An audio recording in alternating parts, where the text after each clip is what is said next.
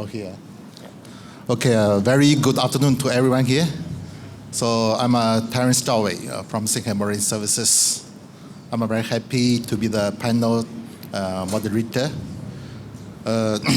Though this may be the last panel discussion for the day, but we promise you will be hearing very interesting sharing by our panelists. As we all know, crewing expenses occupy a huge portion of shipboard operating expenditure. But we also know there are going to be a very serious shortage of seafarers worldwide due to the world fleet continue to grow. So today, we will focus on the human factor, optimizing the recruitment, training, retention, and well-being of seafarers. We believe this is close to everyone's heart. And on this note, I'm very happy to introduce our panel of experts. Firstly, we have Captain Farid Khan, the HR Director of Eaglestar. Captain Farid has 20 years of sea experience. He oversees the entire spectrum of human resource in Eaglestar, which includes training and development for all staff at sea and shore. Next, we have Mr. Surajit Chanda, Vice President, Technical of Hafnia. He is responsible for the in-house managed fleet of about 54 vessels. Hafnia owns over 110 vessels and commercially operates around 230 vessels in Hafnia ports. He previously served as Chief Engineer and has been working ashore with the BW Group for about 28 years. We have Mr.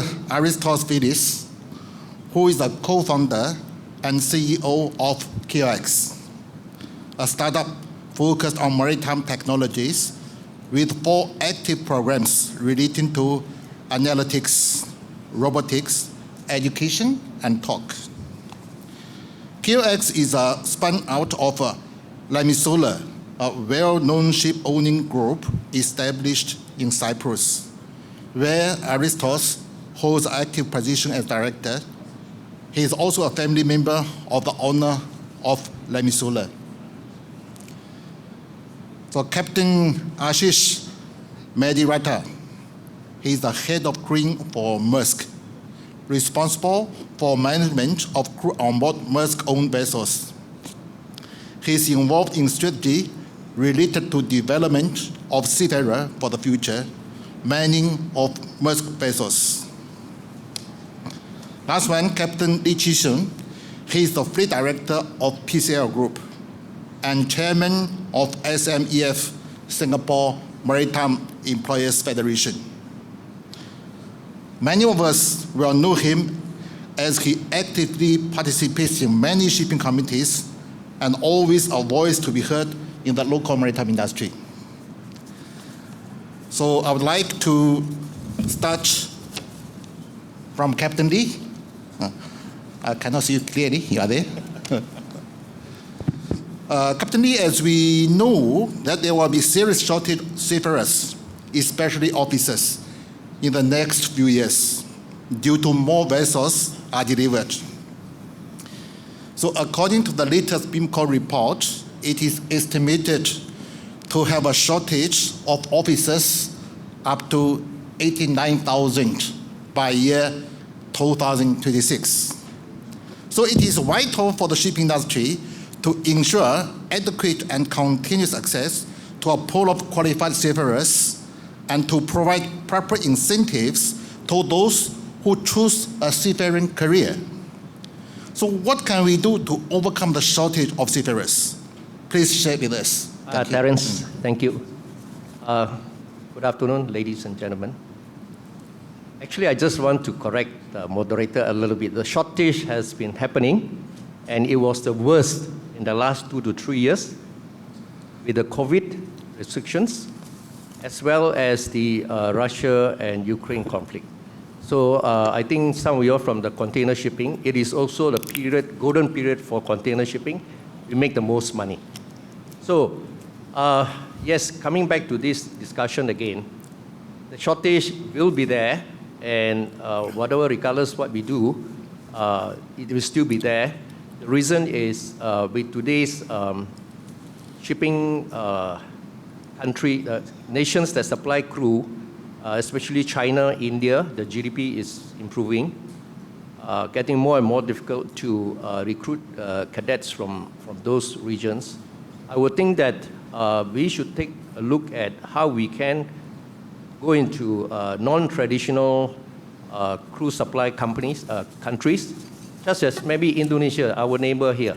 With a population of 270 million, I think there are many youngsters there, very enthusiastic and willing to go out and explore the world. And the other point I want to mention is that about rebranding of seafaring as a career. To me, obtaining a COC1 is something that all seafarers cadets aspire to be. We want to rebrand it as this seafaring 10 years is a training period. Your career starts actually after you leave the sea. So we want to tell youngsters that, you know, once you leave the sea, your career will start. There are a lot of shore job opportunities, especially in maritime hub like Singapore. The other point is that we have been selling seafaring as high-paying jobs. You can see the world, and we are very important because we move 80% of the world trade. But with the recent past 5 to 10 years of investment in digitalization, automation, and we talk about decarbonization just now, I think this will be a more attractive selling point to the youngsters out there. So if we are unable to provide well-trained seafarers, I think the consequences is quite serious. This include actually risk of safety, reduced efficiency, and higher costs as well. So to address this, I think the shipping company must prioritize recruitment, training, and retention of qualified seafarers. I think the fellow panelists will talk more about how we're going to do this. To me, on a very high level, we should offer competitive salaries, good working conditions, and opportunities for career development. It also involves providing access to high-quality training and education program, as well as promoting seafaring professions as an attractive career option. So, moreover, it is also crucial that regulatory framework is supportive of seafarers' rights and well-being. This includes implementing international standards for working and living conditions, addressing issues related to mental health and well-being, and ensuring that seafarers are not subject to exploitation or abuse. Overall, I think the shipping industry must take a proactive approach to addressing the shortage of seafarers and ensuring that there is a continuous supply of qualified professionals to meet the growing demand. This requires a coordinated effort from all stakeholders, including ship owners, operators, training institutions, and governments. And the last point I want to make is that, with more and more difficult to encourage youngsters, especially the boys, to come out to sea, I think we should work as an industry to encourage more gender diversity and include the 50% of the other population. Thank you. Thank you, Captain Lee. So green is always a challenge. Just now, Captain Lee already mentioned about the rebranding of seafarers' career and also how we can attract the young generation for this career. So how we can attract and retain new generation of seafarers requiring skills?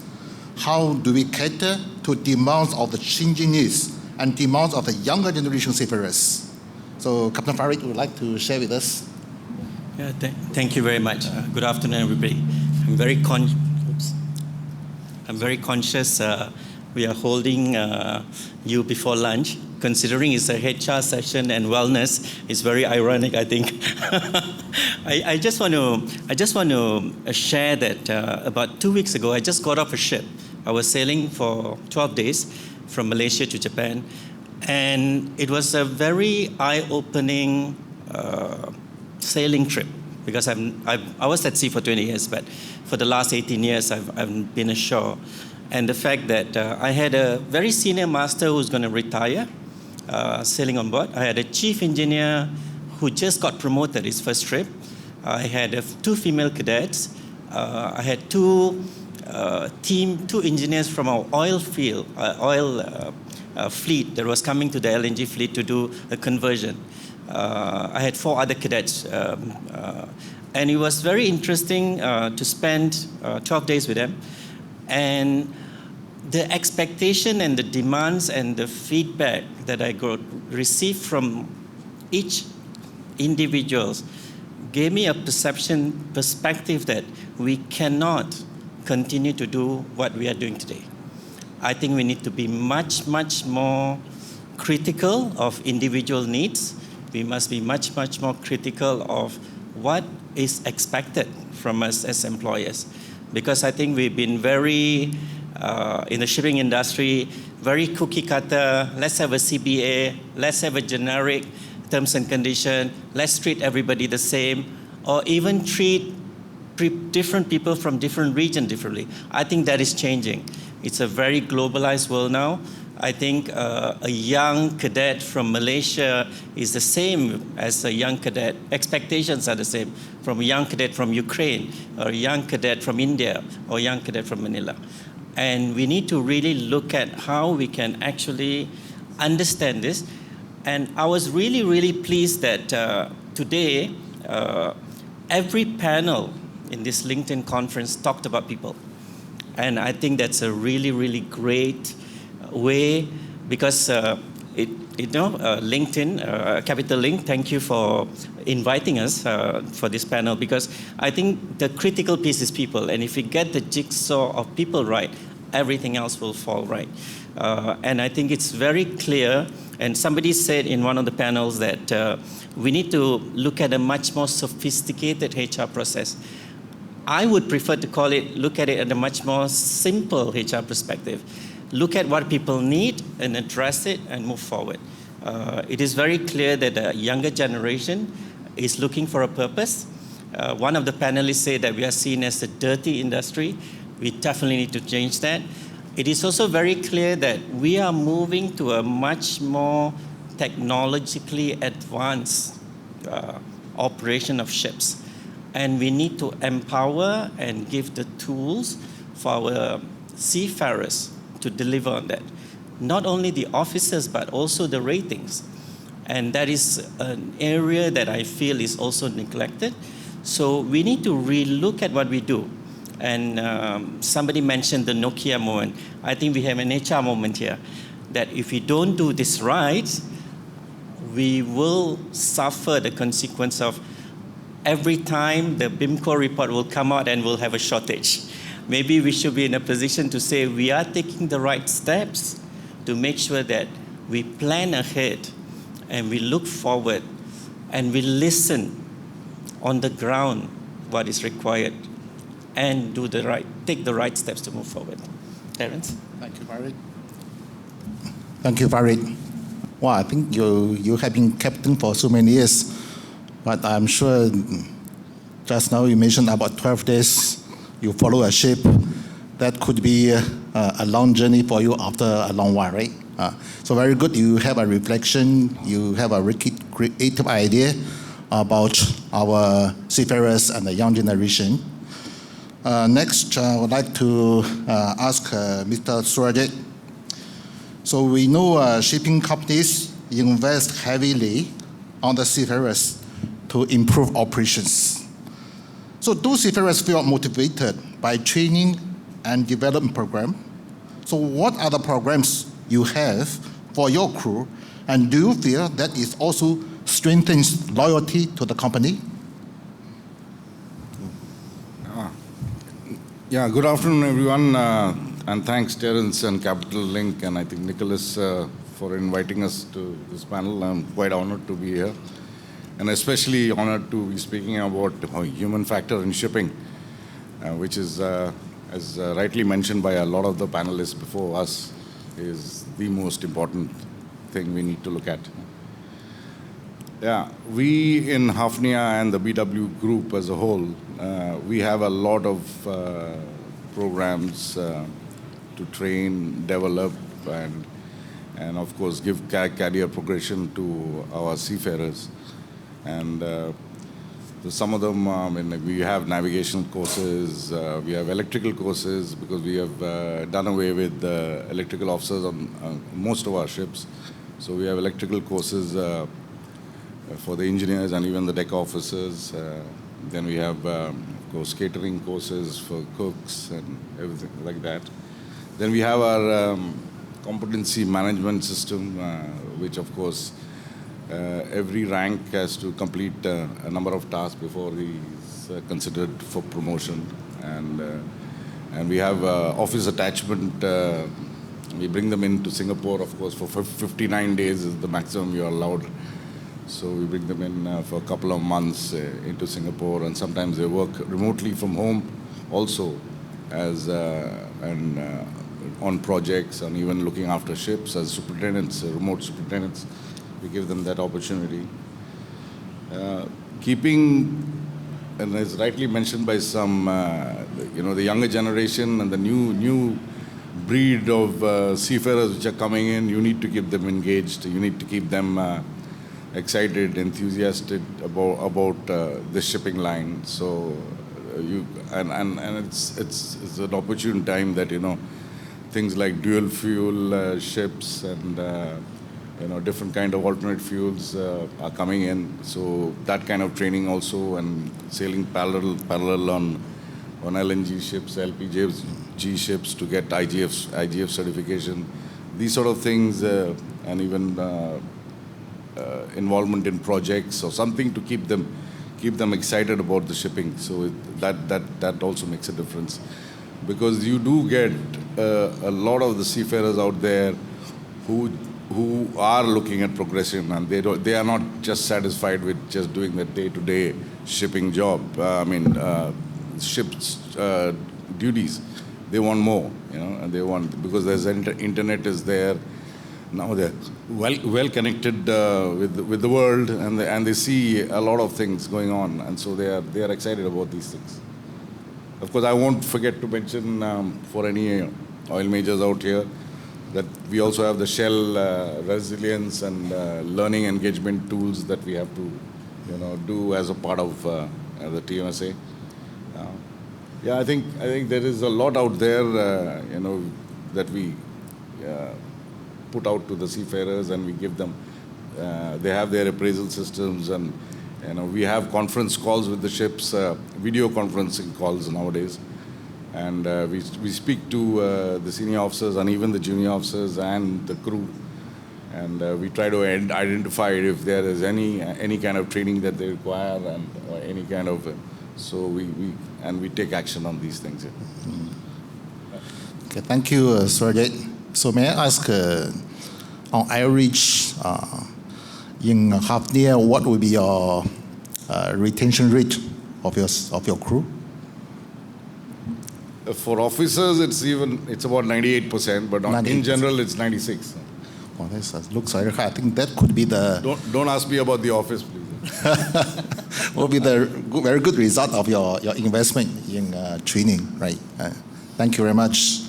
So, Captain Ashish, of course, from early discussion with other panelists, we heard about training and development of crew. Could you please share how will the crew be future ready, i.e. ensuring that crew is ready for future vessels, e.g. different fuels like ammonia, methanol, etc., or even a battery-operated vessel, semi-autonomous vessels, and so on.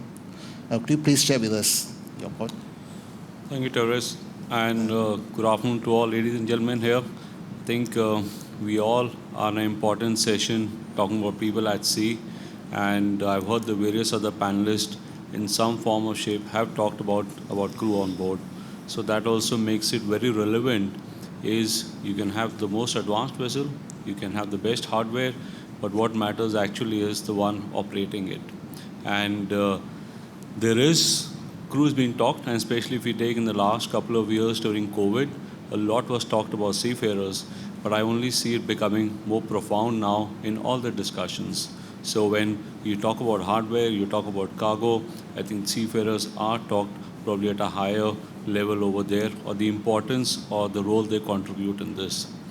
And safety or training has been paramount. I think for all of us who have been at sea have realized or known that training was paramount. Whatever you do, you are trained for it.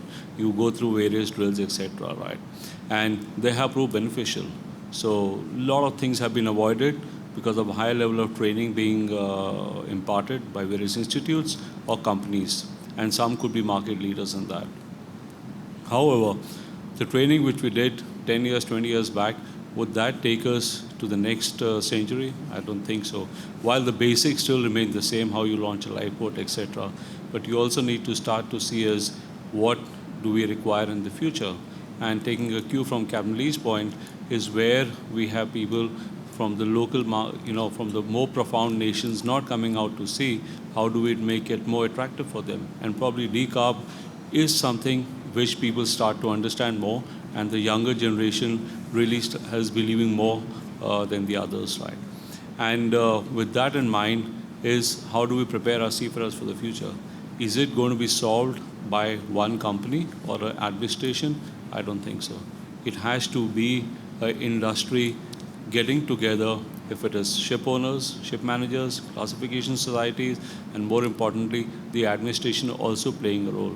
So this is also going to be an example, where a public partnership, or when we take the industry and the government gets together, when they partner, we can achieve this. What I've understood in some reports, over 200-odd seafarers, 200,000-odd seafarers need to be trained for the future vessels.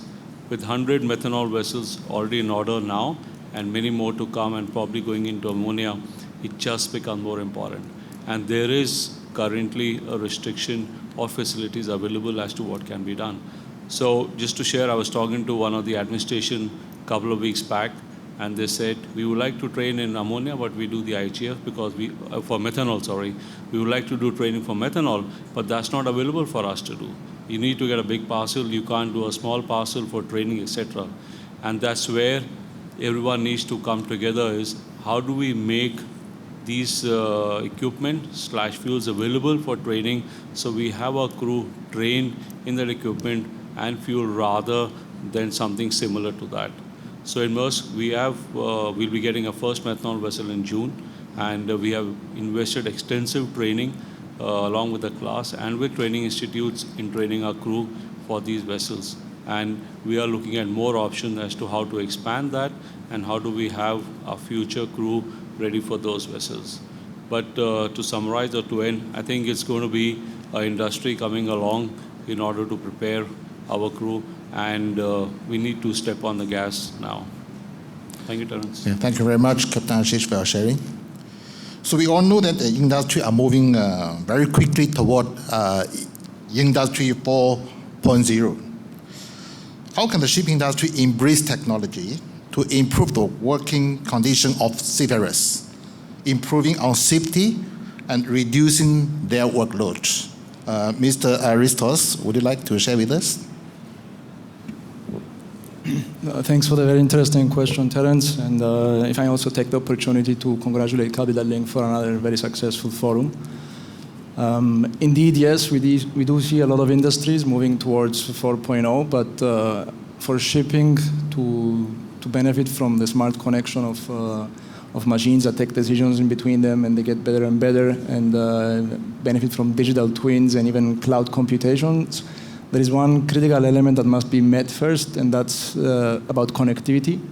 And unfortunately, until today, I estimate about 40% of seafarers cannot even access their emails while out at sea. And perhaps something between 5 or 10% of seafarers can occasionally make a video call back at home. So this has to be met first. And obviously, until today, cost was a major obstacle. But we are all experiencing right now a major disruption in the industry with Starlink, that you can get 40 or 50 times faster internet on board at a fraction of the cost. So I estimate within the next year or two, there's going to be a major makeover of the industry, and the percentages of connectivity on board are going to change dramatically. And once we achieve that, for the seafarers, what we will actually unlock and empower is their mobile phones, which is a very, very powerful tool. And as a matter of fact, when you look at the majority of the major issues faced by seafarers, for example, loneliness, mental health issues, fatigue, injuries, repatriation issues, bullying, harassment, so on and so forth, a lot of these things can be mitigated or even avoided just by communication and connectivity. So if a seafarer can communicate to speak at someone ashore, or even get help from automated bots on board, or even from remote operators, or even at a more advanced stage by, again, using their mobile phones and with the use of mixed realities and augmented realities, get instant feedback for troubleshooting using the power of artificial intelligence, or again, in real time with communication with operators at the office, we're going to see a dramatic improvement in the improvement of, the working conditions on board. Because you're going to have seafarers that are more confident, motivated, and they're going to feel safer in general. And then you can move into the next phase of 4.0, where you can use drones and robots to perform remote surveys or inspections. And this will again help with safety, because crew will not have to climb through dangerous ladders or even enter in enclosed spaces as much. So again, safety goes up, workload goes down. And another major benefit, I think, that will come by being connected so much with the vessels and with every seafarer directly is all this acquisition of data. It's going to transform a lot the e-learning space. And I think artificial intelligence will come in and personalize e-learning to be customized on the pace of learning of every seafarer and the actual needs of learning. And this is going to be dramatically important and critically important, actually, when it comes to upskilling and reskilling our seafarers to cope with all these new technologies, the new fuels that are coming in. Thank you very much, Aristos. Technology is changing at a fast pace, and shipping infrastructure is not really keeping up, develop, train, and support seafarers. So how can we close this gap? And what are the companies doing to mitigate the risks? Captain Farid, would you like to share with us? Thank you. I think that's a very relevant question. I think in the earlier panel, there was a mention that IMO is not moving fast enough.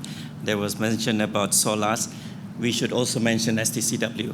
I think it's very, very clear that STCW was made for the past. We need to change that really, really quickly, and it will take the buzzword collaboration. And that is definitely, in my view, not happening fast enough with the industry. There is effort, but it's more driven by maybe forward-looking companies. Maybe this is like preaching to the converted. We should actually apply this right across. It is very clear that there must be a concerted effort to do this. In Eaglestar, we are lucky to be part of the MIC group because we do have an integrated service provider, and we have a school in Malaysia that does the training. We have a shipyard. We have a team that is actually looking at carbon capture today. So in that sense, we are in a much better place in moving and putting this jigsaw puzzle together.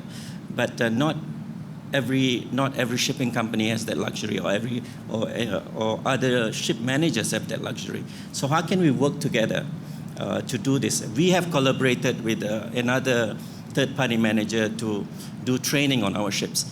And I think we need to see more and more of this in the industry, where we can actually learn from each other, share the knowledge, and be much, much more transparent on how we're going to move this forward. The collaboration that we are doing with the Marine Department of Malaysia, with the Singapore Maritime Academy, with our own school in Alam in Malaysia, shows that it can work. And working with class, working with charterers, working with providers of the cargo itself will move us to the right place. It's idealistic, but we need to start somewhere. And I think there are places where we can do this better. And it is very, very clear that if we don't, as an industry, do this, we will lag behind. And there must be a concerted effort to get this done in a structured way and be more open and transparent about achievements as well as gaps on what is not working so we can address it and move forward. Terence. Thank you, Farid. So let's continue to talk about a little bit more about the application of a new technology. So we know that, Aristos, we know that KeelX is a maritime technology company. I heard you have two products, right? KeelX Education and KeelX Talk, Seafarers Voice. It fits very well with what we are discussing today on optimizing the recruitment, training, retention, and well-being of seafarers. So could you please share with us about your development and how they can contribute to the seafarers? Sure, with pleasure. Actually, we have 4 products, but 2 of them are related to the vessel and the optimization of the vessel, and the other 2, as you mentioned, is about the human element on board, seafarers. Yeah. And as you mentioned in your introduction, KeelX is a spin-off from a shipowning group, so actually some of these products are the evolution of processes we had at the shipowning company, and we took them further and we further developed them. So KeelX Education is essentially an e-learning content creator, and we produce courses on topics that we feel we are experts in. And for example, safe handling and transportation of dry bulk cargoes. We produce 1 course per cargo. For example, safe handling and transportation of coal, nickel ore, soybeans, steel coils, cement, so on and so forth. And this idea actually started, again, from the shipowning group. We used to gather the officers that were on leave at our training centers, and we used to go there and discuss about these seminars, these topics. And what basically achieved with this is you offer clarity in terms of the responsibilities of the officers to know how to spot suspicious cargo, or what the authorities are, how to reject or approve a cargo, or what paperwork they need to look for, or even what kind of tests they can do on board to check, for example, the moisture content of a suspiciously looking cargo. And when we were doing these courses, what we noticed is that 2 things. First of all the crew highly embraced these courses, because it's a matter of fact that senior officers with quite a few years of experience may only had the opportunity to carry 4 or 5 different cargoes in their career. And suddenly one day you have to load nickel ore that you never did before. So if you do a quick course, at least you'll have a quick checklist to know what you have to look after. And it can prevent disasters and help you in general with the operation and your career advancement. And second of all, we had no claims from cargo handling. So we thought, okay, let's put them under the technology company, and we brought in motion graphics specialists to make them a little bit playful and engaging for the audience. So we uploaded these courses to different platforms out there. And briefly about KeelX Talk, you can think about that as a messenger application. And the reason we developed one and we didn't go to use, for example, something like WhatsApp or WeChat is because we wanted to tackle 2 issues. First of all, to contact someone on WhatsApp, you must have their contact details. So a lot of seafarers, and especially ratings, will not even make the effort to go and try to find the right contact details because it's an awkward procedure. And second of all, it provides anonymity. So seafarers can use this tool basically to seek for help, for support, even whistleblowing in times of need, and actually they can even use it for re-employment opportunities. Thank you, Aristos. Wish your startup a good success. Thank you so much. Captain Ashish, at Maersk, we know you are the key driver for care for our people and diversity at sea. Could you please share with us how you may achieve your so-called DEI target? Thank you. Thank you, Terence. And I think if you take D&I is a buzzword nowadays. So wherever you go, you hear about D&I compliance and what all companies want to do for it. Shipping, as we know, has been a career which is considered tougher compared to working in an office or compared to working even in airlines. And it's been a male-dominated industry for quite some time.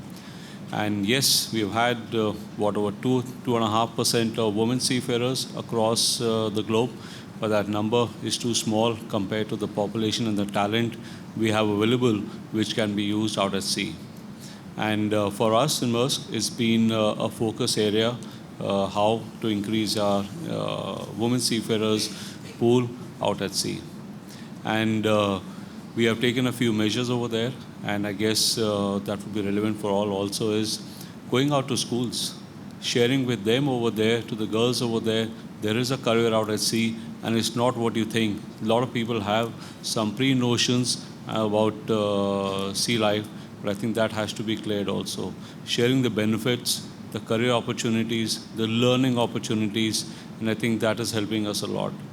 And also running various programs. What can be done is to create that possibility for them just not to sail with Maersk, but for other companies also. And I know, and I've heard many are now going into special cadet programs, etc., is to get more women out at sea. And I think to Captain Lee's point about where we'll see a shortage in time to come, I think the women would play an important role, is not to fill the shortage, I would say, but rather is to show this as a career which can be explored by the others also. Europe has in the past and today also has quite a few women seafarers, while that number is less in Asia.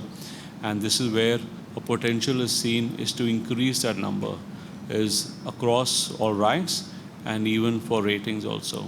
So I think the time has come now where the industry needs to get together, is to make sea going a valuable career, where there is beyond when you go out to sea, there show opportunities quite good after that too. And then, maybe a good point is to start from some career programs or training programs where they start to see from the beginning as to what is a career out at sea. But important element also is we can train people, we can encourage them, but also is to create a safe working environment on board where people from all nationalities, all race, all gender do feel safe on board. And I think creating a safe working environment on board is also going to be crucial for all of us to deliver on our D&I ambitions. Thank you very much, Captain Ashish. Thank you for your sharing. Mr. Surajit, just now we heard about BW Group from your chairman, Andres from Paul. He mentioned about the ESG culture of BW Group. Of course, Hafnia is part of BW Group.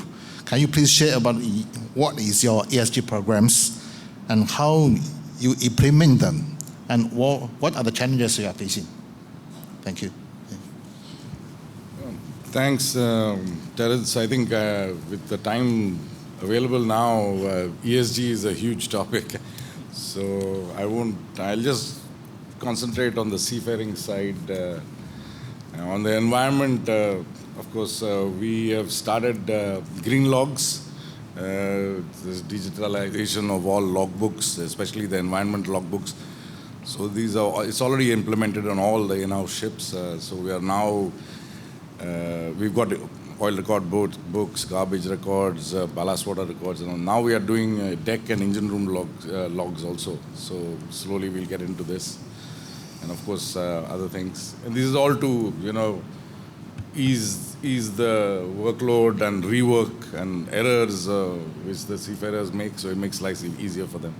On the social side, I'm very excited about the DEI lab vessels which we have committed. 4 DEI lab vessels, 2 from the internal fleet, which I handle, and 2 from the external fleet. So our ambition is to have 50% female seafarers on these ships by the end of this year. We may not ever get there, but we are going to give it a good shot. So, and we will learn on the way. I mean, we'll slowly ramp it up. We are not going to compromise on any safety or operations or, the welfare of even the male seafarers on board. So, but we will try and do it step by step, and we will learn along the way. And if we do succeed, so be it, and that'll actually, there are a lot of the female seafarers also very excited about this, to get this equal opportunity. So that's something we are very excited about. And on the governance side, we have policies in place, especially for anti-harassment and bullying. We have for anti-corruption and bribery, which we are members of MACN. So, I think the time's up. So, thank you very much. Thank you, Surajit. Okay, I think time is up. And the last question, the ending question, I would like to ask Captain D, talking about cyber security. So with the increasing use of technology on board ships, cyber security is becoming more important than ever. So what training program do you have for your crew? Thank you. Yeah. Okay, this is, I think, the last question. I requested the moderator to be included because it's so important. The weakest link is our seafarers on the ship.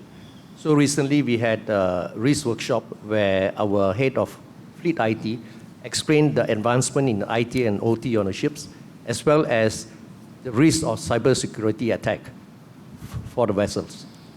So industry-wide, from the industry, we are already doing a white paper.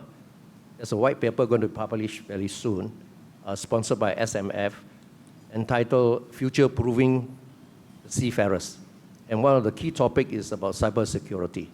But in our company, our management asked me, they said, since it's so vulnerable, what are we doing on the ship now today? So, of course, we have the requirement of pre-joining cybersecurity training using CBT, and we feel that that is not enough. So the few things that we did was, number one is about strengthening our network on the ship. We have invested quite a lot in technology in protecting the network on the ship. Number two is improve our SOP and our processes. And number three, that is really crucial, that instead of just the pre-boarding cybersecurity awareness course done on CBD, and I think to many it's just a checkbox exercise, how well is it going to protect our network? We don't know. We have actually come up with an idea. While we are waiting for IMO, we know it's 10 years behind time, we have already put out July will be the first course that we're going to conduct. We have shortlisted the third officer and the ETO as the first crew on the ship to be trained. And by 1st January 2023, the crewing team will have a crewing matrix where they plan for the 22-23 crew on board the ship will have at least one person undergone the training. And this person will be our cybersecurity ambassador and cybersecurity champion, or whatever we call a trainer. And I think with this very proactive action, we hope that we can bring the captains and the crew, everybody, to understand the importance of cybersecurity. We regularly send out phishing tests. I was asked what will be the deliverables. The phishing tests to the ship, we scored badly because, as you know, they're very boring on ship and they'll just click anything that comes into the mailbox. So we want to track this, and probably by middle of next year, we want to see how much we can improve after we roll out the training courses. We are also working with the industry, Wavelength, I don't know if representatives is here. We are trying to push this training course across the industry so that while we are waiting for the white paper or IMO to implement something to protect our network on the ship, at least we have something with us. Thank you. Okay, thank you so much, Captain Lee, for your contribution. I think lunch is ready outside. So it's a time for us to close today's panel discussion. Once again, thank you very much for our panel. Thank you for your contribution. So now I hand the time back to Nicholas.